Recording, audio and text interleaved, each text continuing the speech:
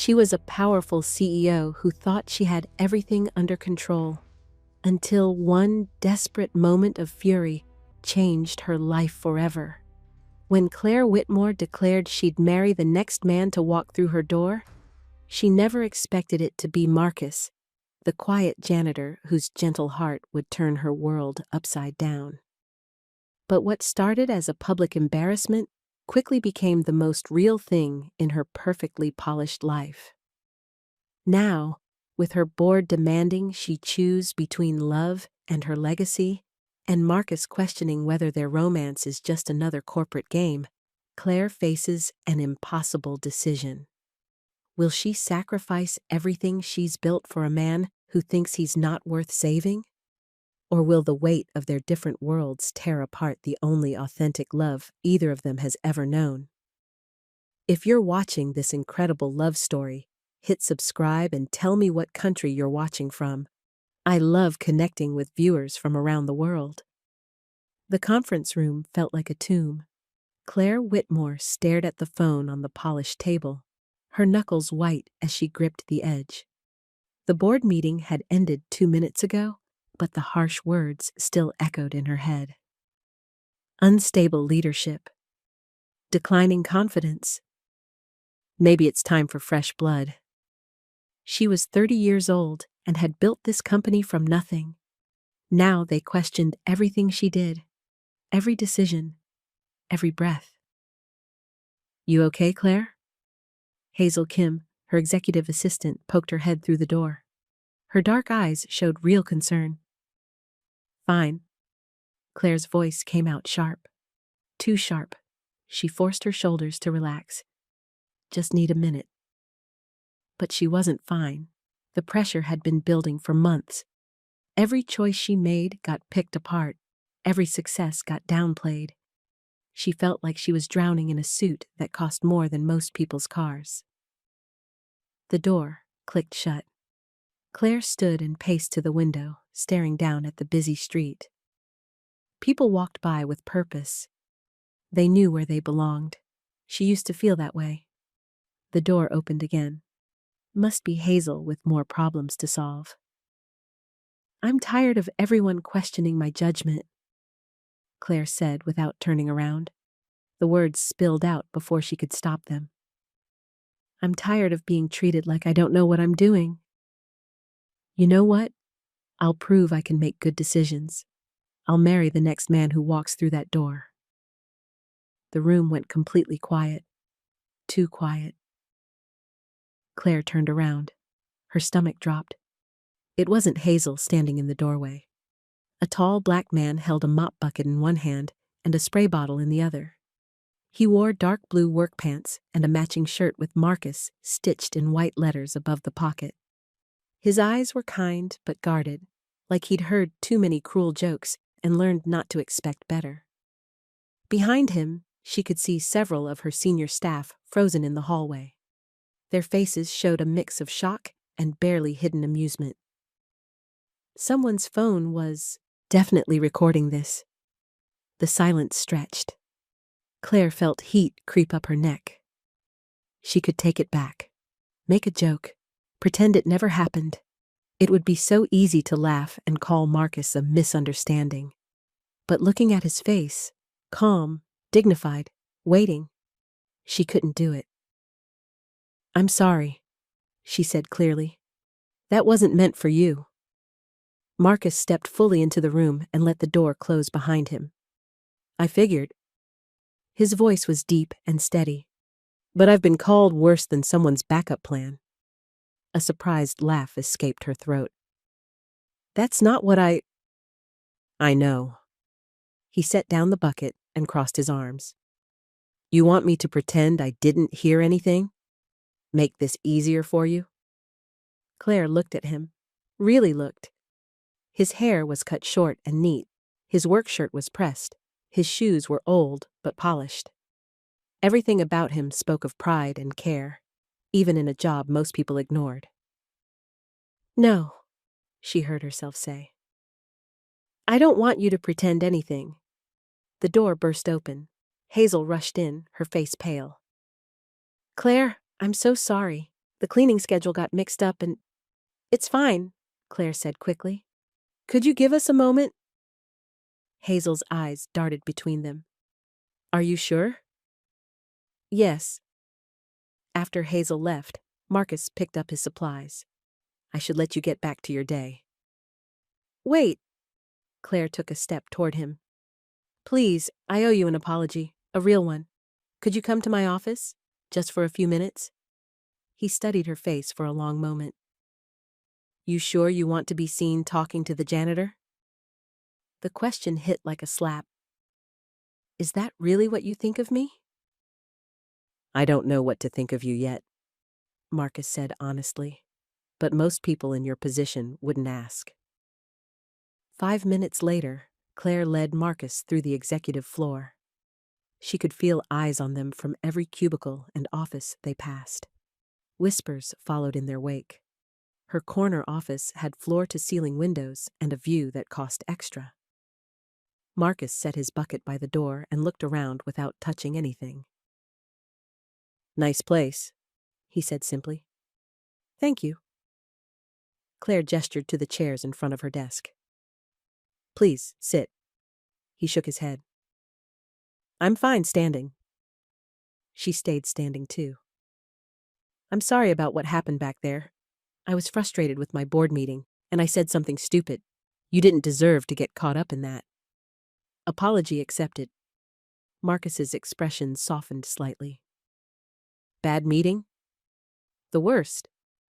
Claire found herself being more honest than she intended. They think I'm too young, too emotional, not stable enough to run this company. Are you? The blunt question surprised her. Am I what? Too emotional, not stable. Claire almost gave him the polished answer she'd give a reporter. Instead, she said, I don't know anymore. Maybe. Marcus nodded, like that made sense. Doubt creeps in when everyone keeps telling you the same thing. Exactly? She felt something loosen in her chest. How did you know that? I work nights. I hear things, see things. People forget the janitor has ears. What's your full name? Claire asked suddenly. Marcus Reed. I'm Claire Whitmore. I know who you are, Ms. Whitmore. Just Claire, please. Marcus almost smiled. Okay, just Claire. Her phone buzzed with a text from Hazel. Senior staff are buzzing. What's the plan? Claire showed Marcus the message. My team wants to know how to handle this situation. What did you tell them? Nothing yet. She looked at him steadily. What would you tell them? That depends. You planning to pretend this never happened? I don't know. What do you think I should do? Marcus was quiet for a moment. You could tell them it was a joke. Make everyone laugh. Move on with your life. But that would make me the punchline, and I'm tired of being other people's punchlines. The simple honesty in his words hit her harder than any boardroom criticism ever had. I won't do that to you, Claire said firmly. No jokes, no spinning. What happened, happened. Even if it cost you? Even then. Marcus studied her face like he was solving a puzzle. You mean that? I do. Why? Claire thought about it. Because making you look small won't make me look big, and because— She paused, struggling for words. Because you seem like a decent person who deserves better. I am, Marcus said matter-of-factly, and so do you. Something warm spread through Claire's chest. When was the last time someone had said she deserved better? Her phone rang. The caller ID showed Elliot Voss, the board chairman. I should probably take this, she said apologetically. Take your call, Marcus said. But maybe we could continue this conversation later, if you want. Claire felt her pulse quicken. I'd like that. Are you free in about an hour? There's a cafe in the lobby. I'll be there. After Marcus left, Claire answered Elliot's call. His voice boomed through the speaker. Claire, What in God's name is happening over there? My assistant just got a call from someone who says you're engaged to the janitor? That's not exactly. Please tell me this is some kind of publicity stunt. Claire closed her eyes. It's not a stunt, Elliot. Then what is it? I don't know yet, but I'm going to find out. Claire, you cannot be serious about this. The optics alone will work themselves out. Claire finished. I have to go. She hung up before he could argue. The lobby cafe was nearly empty at 5:30. Claire had changed from her suit into dark jeans and a cream sweater. She felt more like herself in regular clothes. Marcus was already there, sitting at a corner table with 2 cups of coffee. He'd traded his work uniform for dark jeans and a gray button-down shirt that made his brown skin glow under the warm lights. I hope black coffee's okay, he said as she sat down. You strike me as someone who doesn't mess around with fancy drinks. You're right. Claire wrapped her hands around the warm mug. How did you know that? Lucky guess. Marcus smiled, and she realized it was the first real smile she'd seen from him. It transformed his whole face. So, this is weird, right? Claire laughed despite everything.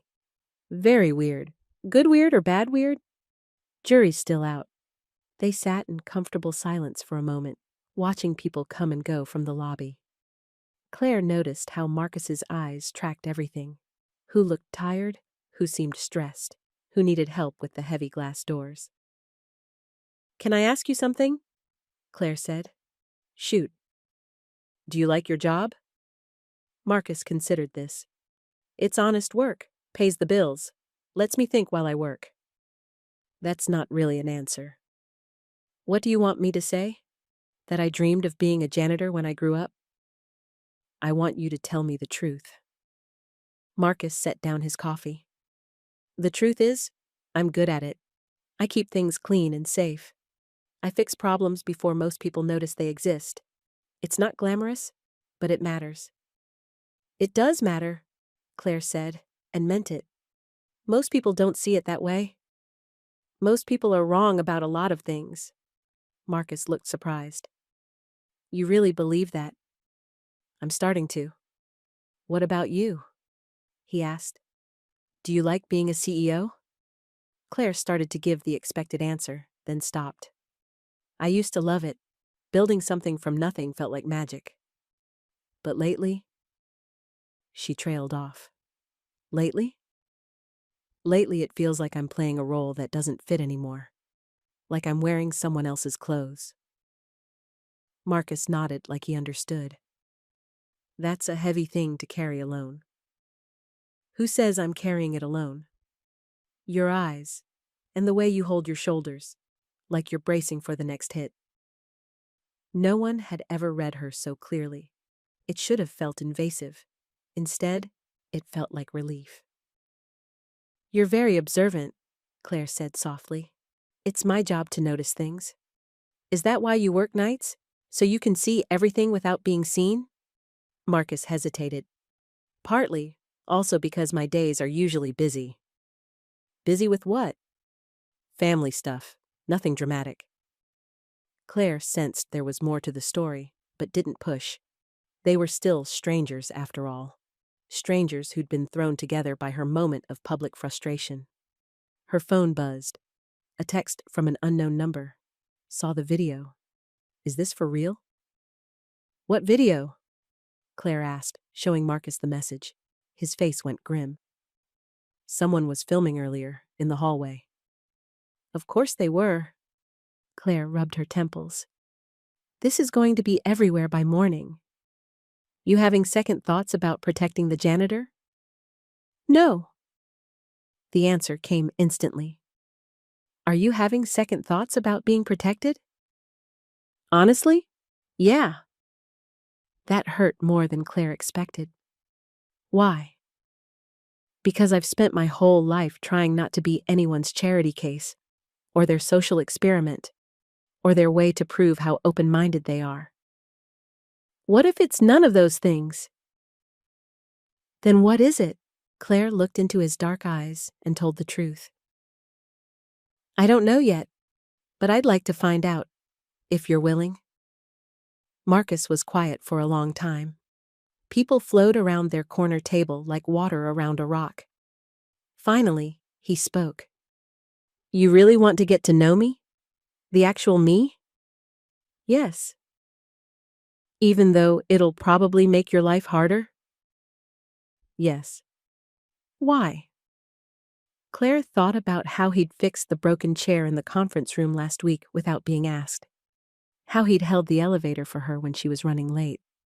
How he'd treated her like a person instead of a position, even after she'd embarrassed them both.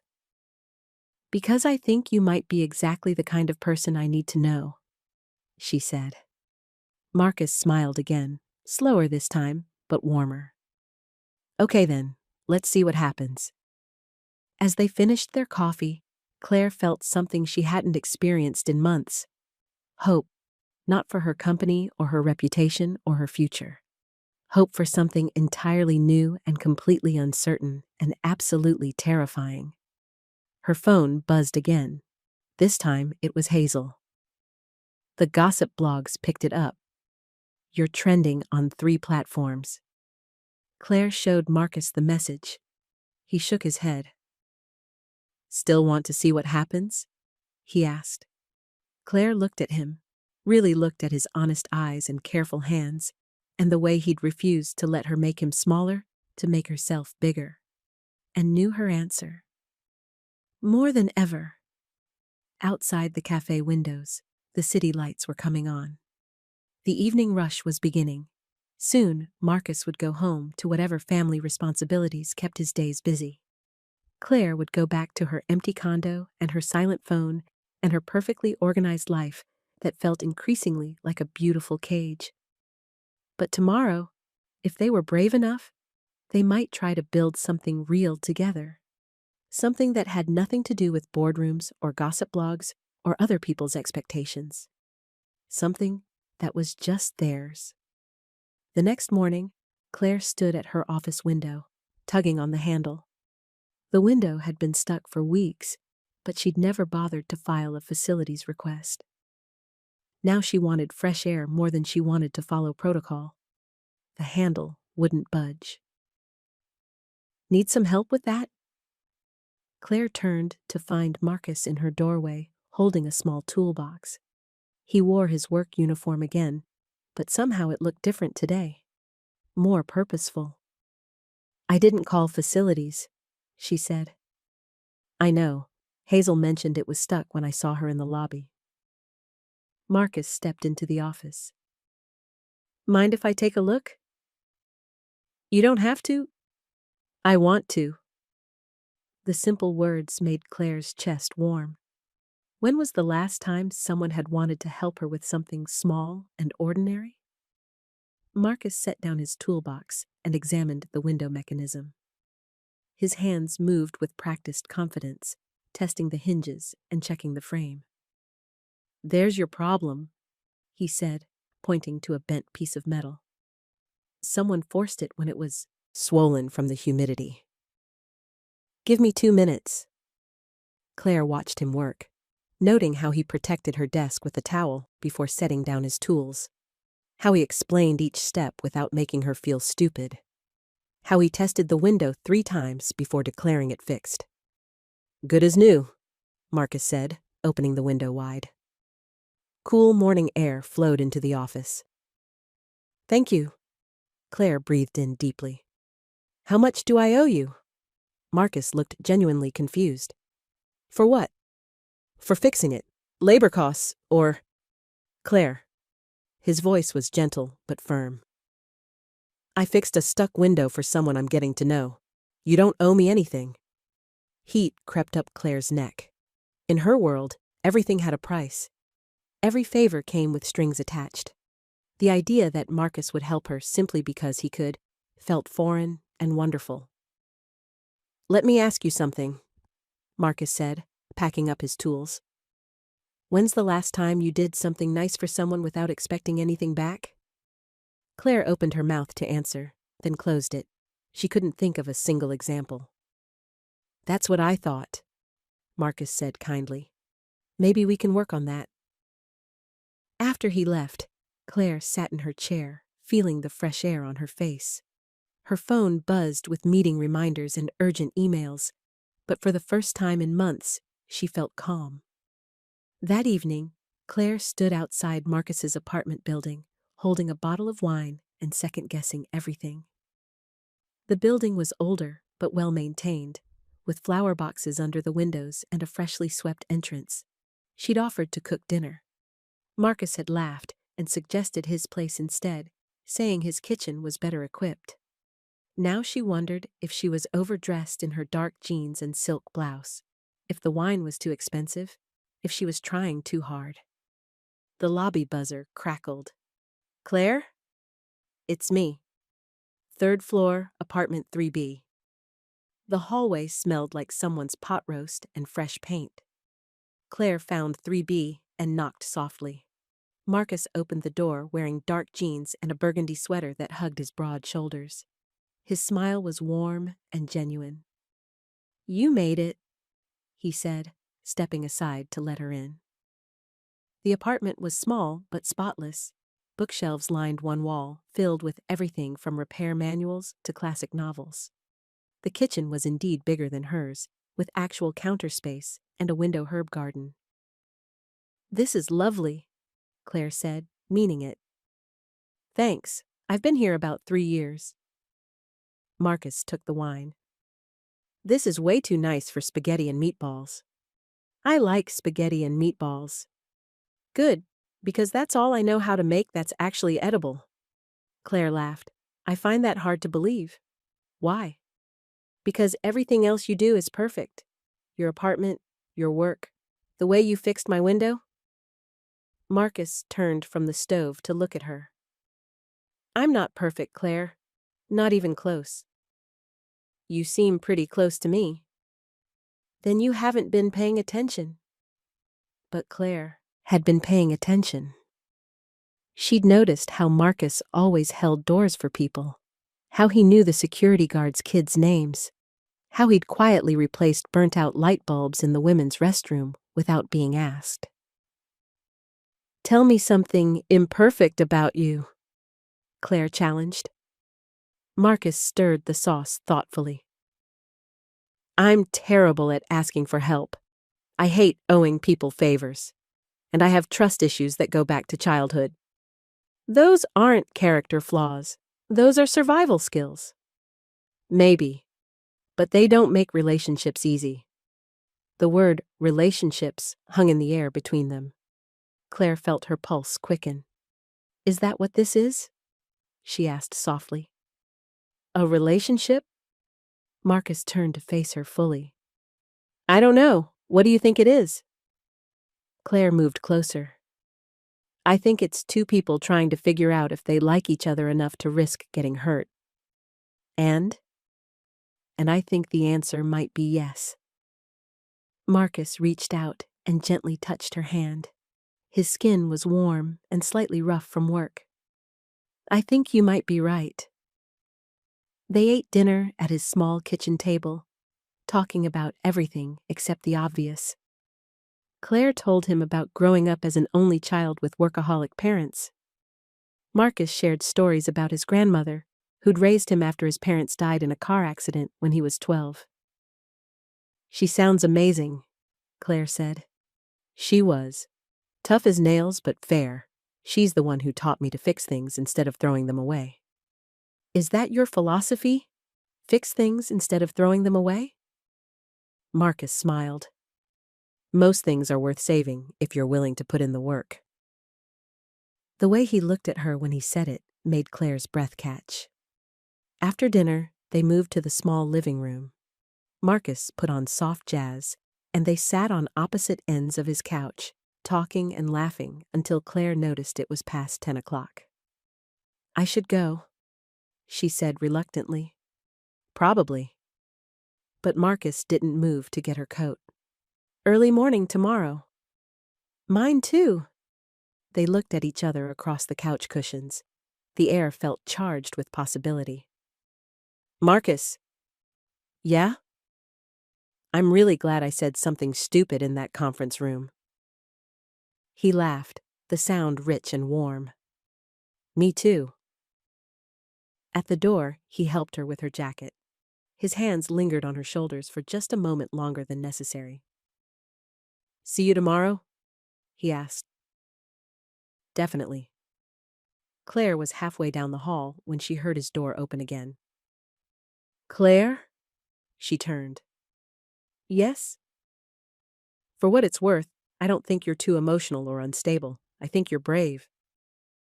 Brave? It takes courage to be real with people. Most folks in your position never learn that. Claire felt tears prick her eyes. Thank you. Just telling the truth. Friday afternoon, Claire found herself at Riverside Park, waiting on a bench near the playground. Marcus had asked to meet her here after work, saying there was someone he wanted her to meet. She spotted him walking across the grass, and her heart did a little flip. But then she noticed he wasn't alone. A small boy walked beside him, chattering animatedly while Marcus listened with patient attention. Claire's stomach dropped. A son? Marcus had a son he hadn't mentioned? But as they got closer, she could see the differences. The boy had lighter skin and different features. Not Marcus's son then, but clearly someone important. Claire, I'd like you to meet Devin, Marcus said when they reached the bench. Devin, this is my friend Claire. Devin looked up at her with serious dark eyes. He was maybe 9 years old, with close-cropped hair and a Jurassic Park t-shirt. Are you Marcus's girlfriend? Devin asked bluntly. Claire felt her cheeks warm. We're friends. That's what grown-ups say when they don't want to tell kids the truth. Marcus laughed. Devin's my nephew. He stays with me during the week while his mom works nights. Relief flooded through Claire. Not that it should matter if Marcus had a son, but somehow it did. Do you like dinosaurs? Devin asked, sitting on the bench between them. I don't know much about them, Claire admitted. Devin's eyes widened in horror. You don't know about dinosaurs? They're only the coolest things that ever lived. For the next 20 minutes, Devin gave Claire an enthusiastic education in paleontology. Marcus watched with obvious affection as his nephew described the difference between carnivores and herbivores, complete with sound effects. Devin's the smartest kid I know, Marcus said proudly. I can tell, Claire said. Maybe you could recommend some books for me to read? I clearly need to catch up. Devin beamed. I have tons. Marcus, can we bring Claire some books? If she wants them. Claire looked at Marcus, understanding now why his days were busy, why he worked nights. He was raising a child, essentially. All those times she'd wondered what occupied his daylight hours, and it was homework help, and school pickup, and being there for a 9-year-old who'd lost his father, and whose mother worked double shifts. I would love some book recommendations, Claire told Devin, but only if you promise to quiz me on what I learn. Deal. Devin stuck out his small hand solemnly. As they shook on it, Claire caught Marcus watching her with something like wonder in his eyes. After Devin ran off to play on the swings, Marcus and Claire sat in comfortable silence, watching him climb and slide and call out for them to watch his tricks. He's amazing, Claire said. He is smart, funny, resilient. Kid's been through more than most adults. How long has he been with you? 2 years. His dad was my older brother. Car accident, same as my parents. Devin's mom, Keisha, she's good people, but she's working 2 jobs trying to keep them afloat. I help when I can. Another piece of the Marcus puzzle clicked into place. The careful saving, the practical apartment, the steady night job that let him be available during school hours. That's why you work nights. Partly, also because it pays better, and I like the quiet. Do you ever wish? Claire started, then stopped. Wish what? That you had more freedom? To make different choices? Marcus was quiet for a moment, watching Devin negotiate with another kid over the monkey bars. I used to. he said honestly. Right after it happened, I felt trapped, like my life wasn't mine anymore. What changed? Devin did. One day he looked at me and said, Marcus, are you sad because you have to take care of me? And I realized that taking care of him wasn't something I had to do. It was something I got to do. Claire felt her throat tighten. You're a good man, Marcus Reed. I'm a man who learned that love isn't a burden. It's a choice you make every day. And you choose Devin. I choose Devin. Claire watched the little boy who had clearly stolen Marcus's heart completely. Devin was calling for them to watch him go down the big slide, his face bright with joy and confidence. Does he know? She asked. About us, I mean. Kids know everything. The question is whether they approve. And? Marcus smiled. He asked me this morning if you were pretty. When I said yes, he said, Good. You deserve someone pretty, who's also nice to you. Wise kid. The wisest. Claire thought about her empty condo, her silent evenings, her carefully controlled life. She thought about boardrooms and profit margins and 5-year plans that left no room for spontaneity or joy. Then she looked at Marcus and Devin and saw something she'd never known she wanted. Family. Not the corporate kind built on hierarchy and performance, but the real kind built on choice and love and showing up every day. It should have terrified her. Instead, it felt like coming home. Marcus? Yeah? Next time, maybe we could all have dinner together, if that's okay with Devin. Marcus's smile was brighter than the afternoon sun. I think that can be arranged. Devin came running back, slightly out of breath and completely happy. Did you see me on the monkey bars? I made it all the way across. We saw, Claire said. That was impressive. Want to try? I can teach you. Claire looked down at her work clothes, then at Devin's expectant face. You know what? Yes, I'd like that. Marcus laughed as she stood up. You sure about this? If a 9-year-old can do it, how hard can it be? Famous last words. Claire made it exactly 3 rungs before her hands gave out and she dropped to the sand, laughing despite her bruised pride. You need more practice, Devin said seriously. But don't worry, I'll help you get better. As they walked back to the parking area, Devin between them chattering about playground techniques, Claire felt something she hadn't experienced in years. Pure, uncomplicated happiness. No agenda, no performance, no expectations except to be present and real and open to whatever came next. When they reached Marcus's car, Devin hugged her goodbye like they'd known each other forever. See you soon, Claire. See you soon, buddy. As they drove away, Claire stood in the parking lot, watching until the taillights disappeared. Then she sat in her own car for a long time, not ready to go back to her ordered, quiet life just yet. Her phone buzzed with a text from her assistant about Monday's board meeting. Claire deleted it without reading past the subject line. For once, Monday could wait. 3 weeks into their quiet courtship, Claire sat in her office reading an email that made her stomach turn. The subject line was innocent enough. Q4 Facilities Review. But the content was a corporate death sentence disguised as efficiency. Effective January 1st, all janitorial and maintenance services will be outsourced to Pinnacle Cleaning Solutions. Current staff positions will be eliminated with standard severance packages. Claire's signature line sat at the bottom, waiting for approval. She hadn't initiated this review. Elliot and the cost-cutting committee had been pushing it for months, long before she'd met Marcus. But seeing it now, knowing what it meant for Marcus and Rosa, and all the other people who kept her building running, felt like a betrayal. Her phone rang. Elliot's name flashed on the screen. Have you signed the facilities memo yet? He asked, without preamble. I'm reviewing it. What's to review? It's a straightforward cost-saving measure. Pinnacle's bid came in 30% lower than our current expenses. Claire looked out her window at the city below. What about the current staff? What about them? They'll receive severance. Some might even get hired by Pinnacle, though probably at lower wages.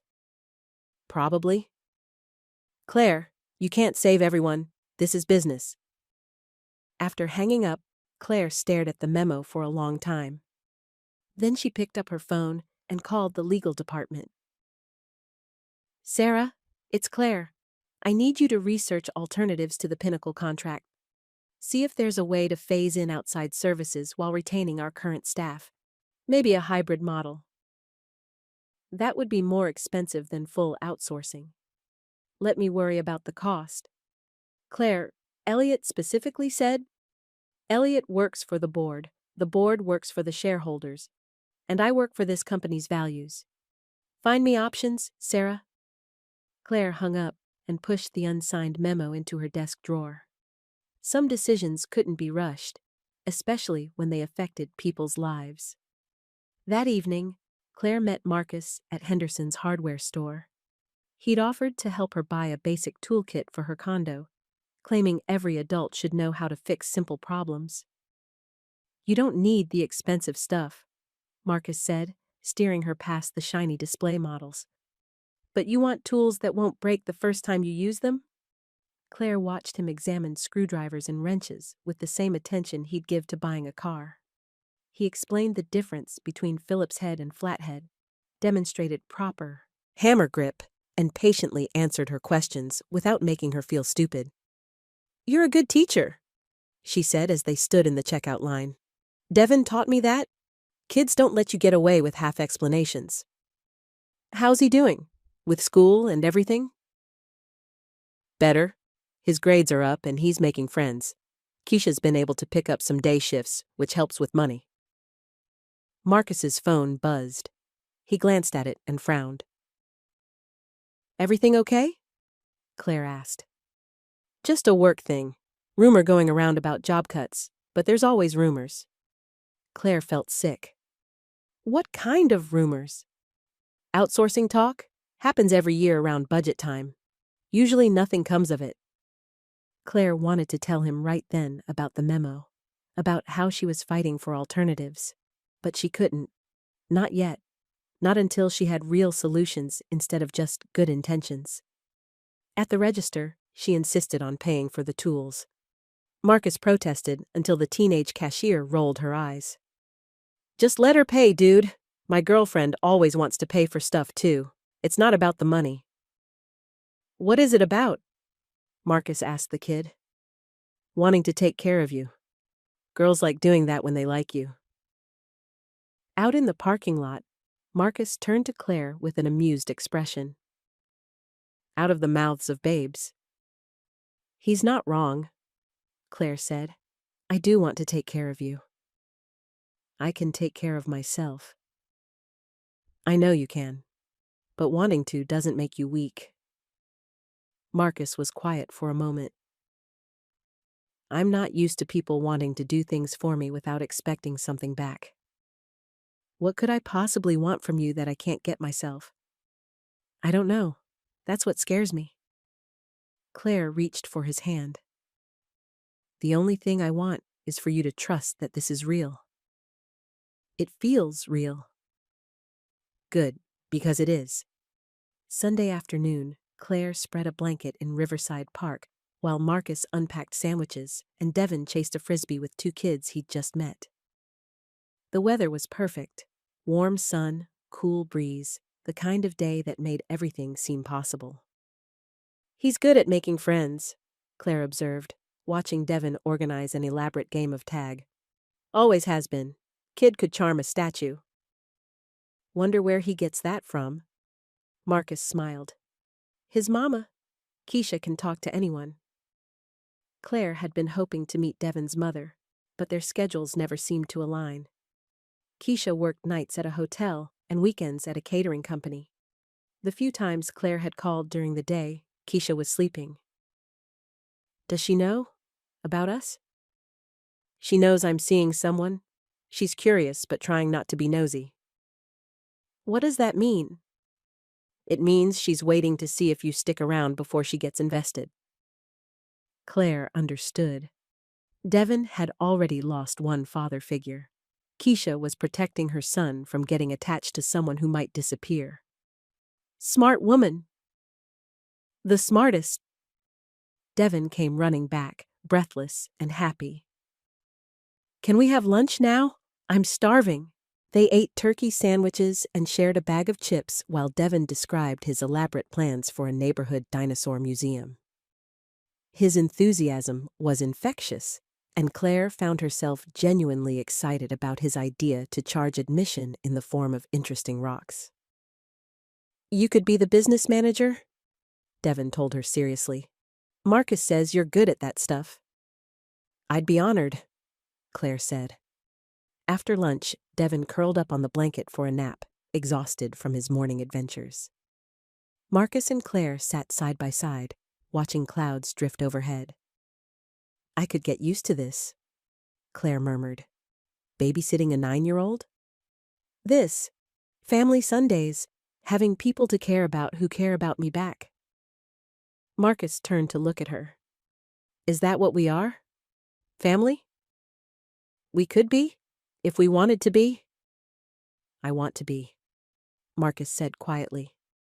But I need you to understand something. What? If you decide this isn't working, you can't just fade away. Devon's already attached. So am I. If you're going to break our hearts, I need advance warning. Claire felt tears prick her eyes. I'm not going anywhere, Marcus. You say that now, but when the novelty wears off? There's no novelty here.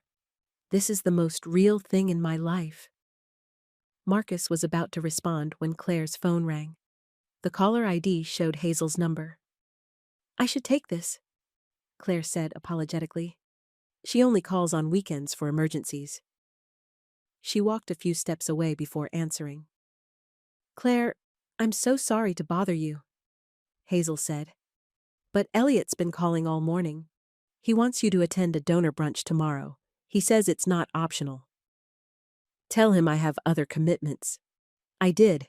He said those commitments are exactly the problem. Claire, I think he's planning something. A chill ran down Claire's spine. What kind of something? He's been meeting with board members individually, and there's a rumor that they're considering asking for your resignation if you don't stabilize your personal situation soon. Claire closed her eyes. Define stabilize. Either end things with Marcus publicly or announce an engagement. They want you to pick a side and stick with it. They want me to turn my relationship into a PR stunt. That's the impression I'm getting. Claire, what do you want me to tell him? Tell him I'll call him tonight. Claire hung up and stood there for a moment, trying to process what she'd just heard. When she turned back to the blanket, Marcus was watching her with concern. Bad news? He asked. Work stuff. Nothing that can't wait. But Marcus had heard enough of her conversation to catch the important parts. His expression grew guarded. They want you to announce an engagement? Claire felt her stomach drop. Marcus, it's not what you think. What I think is that your board wants you to turn our relationship into a publicity stunt. And I'm going to tell them no. Are you? The question hung in the air between them. Devon stirred on the blanket, murmuring in his sleep. Yes, Claire said firmly. I'm not using what we have to save my job. But you might lose your job if you don't. Then I lose my job. Marcus stood up, his movements careful and controlled. I need some time to think. Think about what? About whether I can handle being the reason you lose everything you've worked for. You're not the reason, aren't I? Claire reached for him, but he stepped back gently. Marcus, please, don't let them get in your head. They're not in my head. But I've been here before, Claire. I've been the symbol someone used to prove how open-minded they were. I've been the charity case that made someone feel good about themselves. I won't be your social experiment. Is that really what you think this is? Marcus looked at her for a long moment. His eyes were sad but resolute. I think you're a good person who cares about me, but I also think you're used to getting what you want, when you want it. And right now, what you want is a love story that proves you're different from other rich white women. The words hit like a slap. That's not fair. Maybe not, but it's honest. Devin woke up and looked between them with sleepy confusion. Why does everyone look sad? We're not sad, buddy, Marcus said, his voice gentle again. But we need to head home soon. As they packed up the picnic, Claire felt like she was watching her happiness fold up and disappear into Marcus's canvas bag. They walked to their cars in silence, Devin chattering about the fun day, oblivious to the tension. Marcus, Claire said as he buckled Devin into his car seat. Give me some time, Claire. I need to figure out what's real and what's just me wanting something I can't have. How much time? I don't know. Claire watched them drive away, leaving her alone in the parking lot with a half-empty bag of chips and the taste of failure in her mouth. Monday morning, Claire sat at her desk with a resignation letter half-written on her computer screen. She'd been staring at it for an hour, trying to find the words to explain why she was walking away from everything she'd built. Hazel knocked and entered with coffee and a worried expression. Elliot's here. He wants to see you before the board meeting. Send him in. Elliot Voss entered her office like he owned it, which technically he did. At 58, he carried himself with the confidence of a man who'd never been told no by anyone who mattered. Claire, good to see you. He didn't sit down. I trust you've considered my suggestion about the donor brunch. I'm not going to the brunch, Elliot. I see. And the engagement announcement? There won't be one. Elliot's face hardened. Then we have a problem. No, you have a problem. My personal life is none of the board's business. Everything you do reflects on this company. Your behavior over the past month has been erratic and unprofessional. My behavior has been human. Maybe you should try it sometime. Claire, I've known you since you were Devin's age. I watched you build this company from nothing. Don't throw it all away for some misguided social justice romance. The casual racism in his words made Claire's vision go red. Get out of my office. I'm trying to help you. Get out. Now. After Elliot left, Claire closed the resignation letter without saving it. She wasn't going to quit. She was going to make them fire her if that's what they wanted. Her phone buzzed with a text from Marcus. Need to talk. Can you come over tonight? Around 8? Claire stared at the message for a long time before typing back, I'll be there. She spent the rest of the day in meetings, going through the motions of running a company, while her heart sat in Marcus's apartment, waiting for a conversation that would either save them or end them. At 7:30, she stood outside his building again, but this time the flower boxes looked wilted and the swept entrance felt like a goodbye. Marcus opened his door before she could knock. He looked tired, like he hadn't slept. Where's Devin? Claire asked. With Keisha. She took tonight off.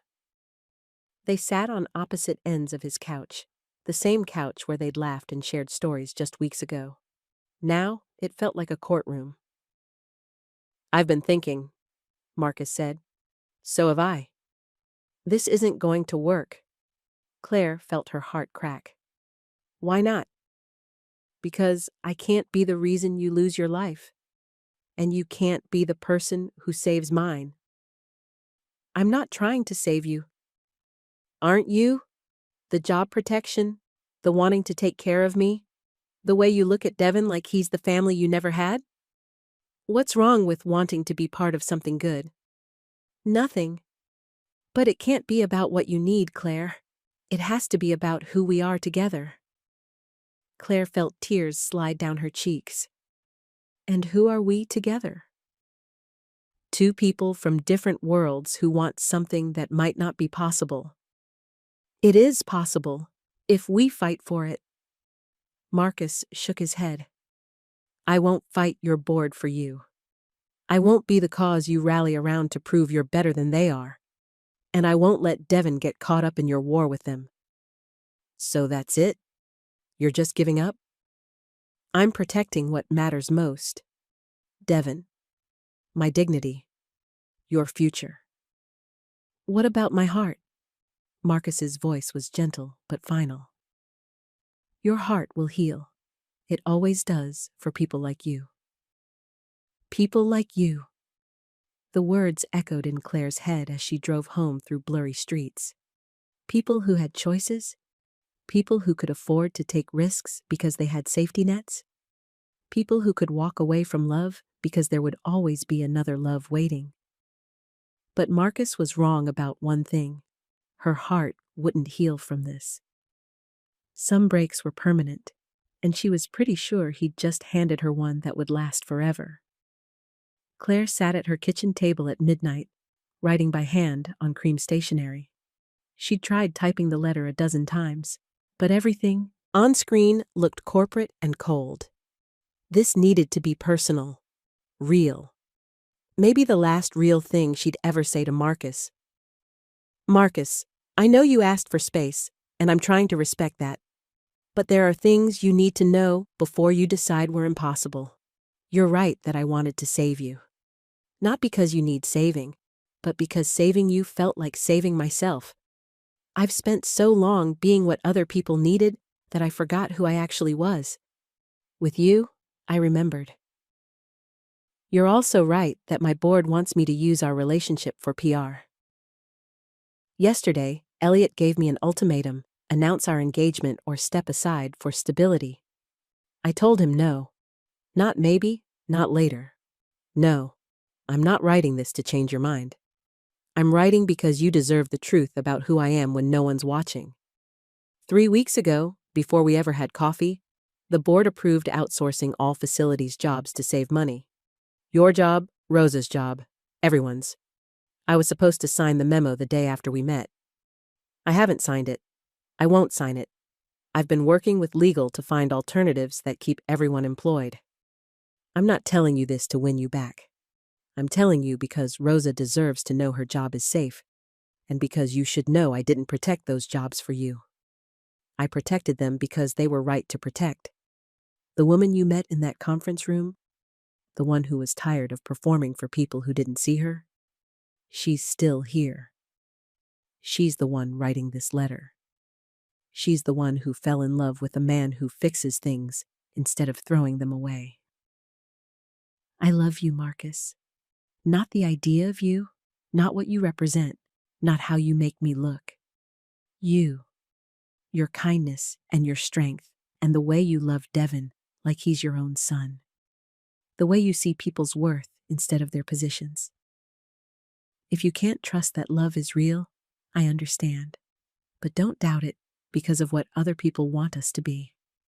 What we have is ours. It always was. Claire. She folded the letter carefully and drove to Marcus's building at 1 a.m. The lobby was locked, but she slipped the envelope under his mailbox and hoped it would find its way to him. Tuesday morning, Claire walked into her office to find Hazel waiting with coffee and a grim expression. Elliot called an emergency board meeting for this afternoon, Hazel said. He's pushing for a confidence vote. Claire set down her purse and looked out the window at the city she'd helped build. Let him. Claire, if you lose this vote, then I lose. Some things are more important than keeping a job. Like what? Like keeping my soul. Claire spent the morning finalizing the facility's protection plan with legal. Instead of full outsourcing, they'd phase in vendor partnerships while preserving all current jobs. It would cost more, but it was the right thing to do. At noon, she called Human Resources. Janet, I need you to investigate something quietly. Someone's been leaking information about my personal life to gossip blogs. I want to know who and I want it handled fairly. Do you have any suspicions about the source? Check with anyone who has access to my calendar or meeting schedules. But Janet, when you find them, handle it with grace. People make mistakes. After lunch, Claire sat in the boardroom facing 12 people who'd once believed in her vision. Now they looked at her like she was a stranger. Elliot stood at the head of the table. Claire, we need to address your recent behavior and its impact on company stability. My behavior has been consistent with our company values. Has it? Public spectacles, romantic entanglements with staff, refusing reasonable PR opportunities? I refuse to turn my private life into a corporate asset. If that's unstable behavior, then I'm guilty. Board member Margaret Chen leaned forward. Claire, we're not asking you to give up your personal happiness. We're asking you to manage it professionally. By staging a fake engagement for donors? By showing leadership and stability in all areas of your life? Claire looked around the table at faces she'd known for years. Good people who'd lost sight of what mattered in favor of what was profitable. I've led this company for 5 years. Our revenue is up 40%. Employee satisfaction is at an all-time high. Customer loyalty has never been stronger. If you want to fire me because I fell in love with a good man who happens to clean our offices, that's your choice. But don't pretend it's about stability. The vote was 8-4 against her remaining as CEO. Claire cleaned out her office that evening while Hazel cried quietly at her desk. She packed her personal items in a small box and left her company laptop on the clean desk. What will you do now? Hazel asked. I don't know yet, but I'll figure it out. What about Marcus? Claire picked up the framed photo of her parents from the box. Marcus made his choice. I have to respect that. But driving home, Claire felt lighter than she had in months. The weight of performing, of constantly justifying her decisions to people who didn't share her values, was gone. She was unemployed, possibly unemployable in her industry, and heartbroken. But she was free. Wednesday morning, Claire was in her pajamas drinking coffee when someone knocked on her door. Through the peephole, she saw Rosa Alvarez holding an envelope. Mrs. Whitmore, I'm sorry to bother you at home. Rosa, please, come in. Rosa stepped into the foyer but didn't move further. I wanted to thank you for the facilities plan. My job is safe, and I know that was your doing. How did you? Marcus told me. He got your letter. Claire's heart jumped. He did? He's been walking around for 2 days, looking like someone hit him with a truck. That boy's in love, but he's scared. Scared of what? Of wanting something he can't keep. His whole life, people have promised him things and then taken them away. His parents, his brother, even Devin's daddy before he died. Marcus learned to protect himself by not hoping too hard. Claire felt tears prick her eyes. I don't know how to prove that I'm not going anywhere. You already did, child. You gave up your job rather than use him for show. That letter you wrote, it was the truth, wasn't it? About protecting our jobs before you ever fell for him? Yes. Rosa smiled. Then he knows, and knowing Marcus, he's probably figuring out how to apologize for being a stubborn fool. Thursday evening, Claire was on her couch in sweatpants, eating ice cream and watching old movies, when someone knocked on her door. She looked through the peephole, and her breath caught. Marcus stood in the hallway holding Devin's hand. Both of them looked nervous but determined. Claire opened the door, suddenly aware of her messy hair and old Yale t-shirt. Hi, she said softly. Hi. Marcus's eyes were warm but uncertain. Can we come in? Of course. Devin ran to her couch and made himself comfortable while Marcus stood awkwardly by the door. I read your letter, he said. I figured. About 50 times. And? Marcus moved closer. And I'm sorry. I let my fear make me stupid. You weren't stupid. You were protecting yourself. I was pushing away the best thing that ever happened to me because I was scared I didn't deserve it. Claire felt her heart start to mend itself. You deserve everything good, Marcus. So do you, and I'm sorry I made you choose between me and your job. You didn't make me choose. I chose. I'll always choose you. Marcus reached for her hands. Even though I'm an idiot who doesn't trust good things? Especially because you're an idiot who doesn't trust good things. Someone has to convince you that good things are real. Claire? Yes? I love you, not because you saved my job, or because you're rich, or because you can help Devin. I love you because you're brave and honest, and you make terrible faces when you're concentrating. Claire laughed through her tears. I love you too, even though you overthink everything, and you're too stubborn for your own good. Are you two gonna kiss now? Devin called from the couch. Because this is taking forever. They both laughed. Marcus pulled Claire into his arms and kissed her like he'd been holding his breath for days. When they finally broke apart, Devin was grinning at them. Finally! Can we order pizza now? I'm starving. Friday afternoon, they stood on the courthouse steps with Hazel and Rosa as witnesses. Claire wore a simple blue dress she'd bought that morning. Marcus wore his best shirt and a tie Devin had picked out because it had tiny dinosaurs on it. Elliot had shown up unexpectedly, looking embarrassed and holding a small bouquet of flowers. I was wrong, he said quietly to Claire. About everything. I let fear make me forget what you've always stood for. Thank you for coming, Claire said, meaning it. The ceremony was brief and perfect. The judge asked if they promised to love and support each other through whatever came next. They both said yes like they meant it, which they did. When the judge pronounced them married, Devin cheered so loudly that everyone in the courthouse probably heard him. Outside, Rosa hugged them both fiercely. You two better invite me for Sunday dinners. Every week, Marcus promised. Good. Someone needs to make sure you feed that boy properly. Hazel gave Claire the longest hug. I'm so happy for you. What will you do now? Claire asked. With the new management and everything? I'm thinking of starting my own business, executive assistants for small companies. Know anyone who might need help? Claire laughed. I might, once I figure out what I'm doing with my life.